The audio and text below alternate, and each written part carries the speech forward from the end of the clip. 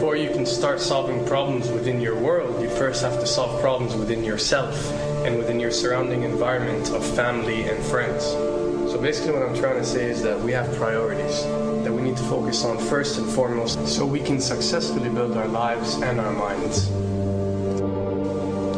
Now, it's no secret that the difference between what the government knows about UFOs and aliens and what is shared or released to the public is extremely enormous. And unfortunately, governments and several organizations on Earth are taking advantage of the UFO phenomenon to achieve worldly agendas.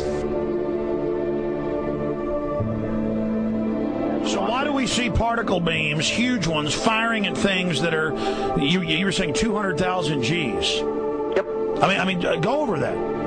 Well, because I think it's part of a test for if there are bad guys out there. Or maybe they're doing preparations for factions.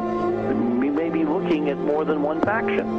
Remember, these groups tend to fragment. They fractally fragment so that you have wars within wars within wars. You know, but why would NASA release that footage? Well, remember, you've got all the good guys in NASA, and then you've got a few who are not good guys. The good guys don't know that there's something to keep secret. Remember, the lie's different at every level. They believe the lies they've been told. So when you set up a structure, an institution, which is supposed to be open and above board and is supposed to present live TV of the shuttle mission, they present live TV. Now, the controllers can't say, oh, well, you can broadcast this, but you can't broadcast that.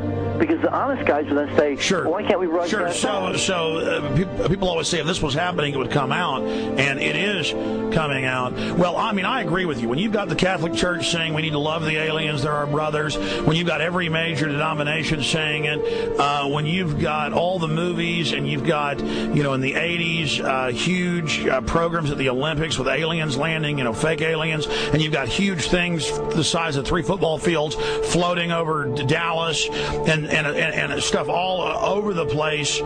Something's going on. And then I read government documents about fake extraterrestrial landings. Any of this. Why? I mean, you believe it's fake. Remember Operation Northwoods? Yes. Okay. Or we can go to the, September 11th. Governments do huge, big things to sway populations at key nodal points in history. They love hoaxes. Yeah, well, it's manufactured history is what it is.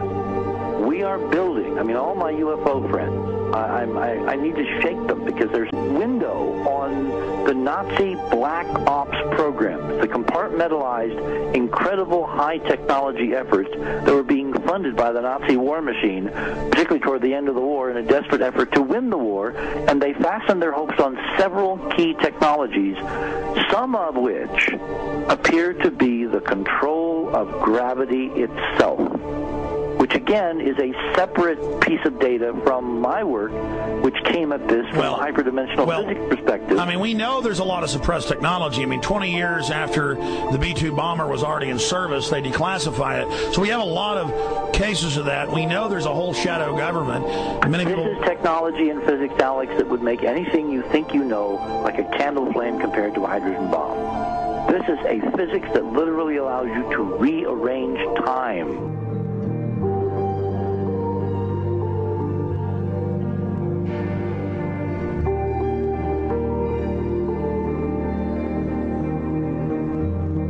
But imagine you've got all these compartments in these pyramids within pyramids of compartmentalization. That's why that's the New World Order symbol. And we don't know what they've got because they are so secret. We know they lie so much. We just know it's advanced. Mainline scientists say they're 30 years advanced. So Richard C. Hoagland, what I'm saying to you is, I'm entertaining what you're saying. I respect you. I think you're a great guy. My only issue is, like you said, dealing with what we know they could be up to. The fact, Alex, we have done experiments. We have our own data. We have experiments now from the Soviet Union. 30, 40 years when the Iron Curtain came down, when Glasnost finally prevailed, a huge amount of stuff was declassified from the KGB as well. And we now have put this data together. We not only know what the physics is, we know what it can do, we know what it's based on, we know how to make it work. We've seen in our own experiments ample evidence. We've seen experiments across the American landscape and even in Europe that vindicate various parts of this. And the latest thing I'm working on, it looks like von Braun himself was deeply involved in some of this early physics experimentation, but they're keeping all the good stuff for themselves. The reason is that if we got access to the good stuff, if we got access to the technologies, the energy, we wouldn't be worried about $4, $5 a gallon gas or $10 a gallon gas. We would live like people are supposed to live, all 6 billion of us who could live lightly on the earth, Alex, with this technology. And live longer.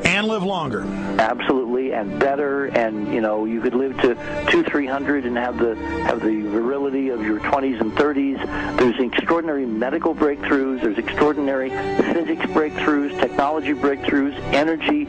It's all been kept away.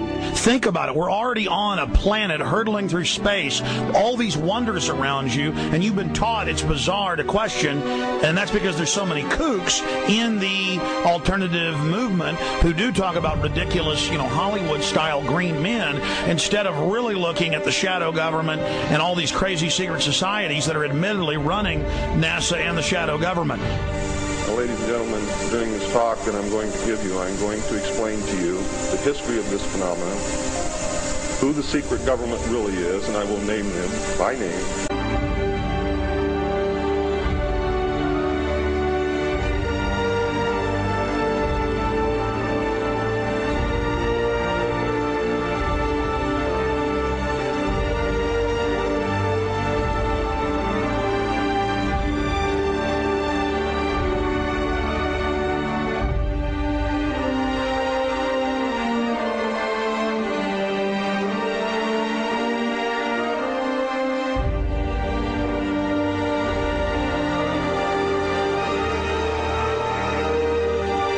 And it turns out that even though she remembered that she'd been part of the team to debrief the astronauts, she couldn't remember a thing that they said.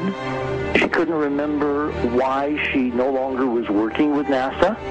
She couldn't remember. In other words, her memory lapses were enormous, and I don't think they were feigned, because we now found the same pattern in all the flight crews. Because the awful truth, Alex, is they have been brainwashed. They have been mind controlled. They have had a technology, a very sophisticated technology, which took away the real missions that they experienced.